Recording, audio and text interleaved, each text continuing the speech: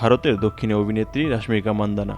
এবার দেশের ওয়াজ মাহফিলে এই অভিনেত্রীর নাম উঠে এলো। সৃষ্টিকর্তার সৌন্দর্যের উদাহরণ দিতে গিয়ে বিশিষ্ট ধর্মীয় বক্তা আমির হামজা রাশ্মিকাকে বিশ্বের অন্যতম সুন্দরী হিসেবে আখ্যা দিয়েলেন। যদিও তিনি রেফারেন্স দিয়েছেন বিভিন্ন গণমাধ্যমের। একটি ওয়াজ মাহফিলের ভিডিওতে দেখা যায় আমির হামজা বলছেন, এখন বিশ্বের যত সুন্দর মানুষ আছে আপনারা ইন্টারনেট ঘাটবেন। 157টা রাষ্ট্রের মধ্যে চেহারার কাটিংয়ে 1 নম্বর রয়েছে রাশ্মিকা মান্দানা। নাম শুনেছেন? চেহারার কাটিংয়ে 1 নম্বর আছেন। এই মহিলার দিকে একটু আল্লাহর নাম নিয়ে তাকাবেন, দেখবেন তো কি সুন্দর করে আল্লাহ তাকে বানিয়েছে। এর চেয়ে শতগুণ সুন্দর ছিল আমাদের আদিমাতা হাওয়া আলাইহি ওয়াসাল্লাম। সিনেমার জগতে চালু সিনেমার মাধ্যমে রাশ্মিকা মান্দানার অভিষেক হয় তেলুগু সিনেমায়। এরপর পুষ্পা দ্য রাইজ ছবির অসাধারণ সফলতার পর এই দক্ষিণী নায়িকার জনপ্রিয়তা আকাশ ছোঁয়া বাড়তে শুরু করে। অল্প সময়ের মধ্যে দর্শক হৃদয়ে জায়গা করে নেয় রাশ্মিকা। তেলুগু ইন্ডাস্ট্রি জয় করে বলিউড ইন্ডাস্ট্রিও এখন দাপিয়ে বেড়াচ্ছেন। খোঁজ নিয়ে জানা যায় বর্তমানে এক একটি সিনেমার জন্য 10 কোটি টাকা পারিশ্রমিক নিচ্ছেন। রাশ্মিকা মান্দানা একজন ভারতীয় অভিনেত্রী এবং মডেল, যিনি প্রধানত তেলুগু এবং কন্নড় চলচ্চিত্রে কাজ করেন। তিনি ভারতের অন্যতম জনপ্রিয় এবং সফল তরুণী অভিনেত্রী। তার অভিনয় দক্ষতা ও চমৎকার উপস্থিতির জন্য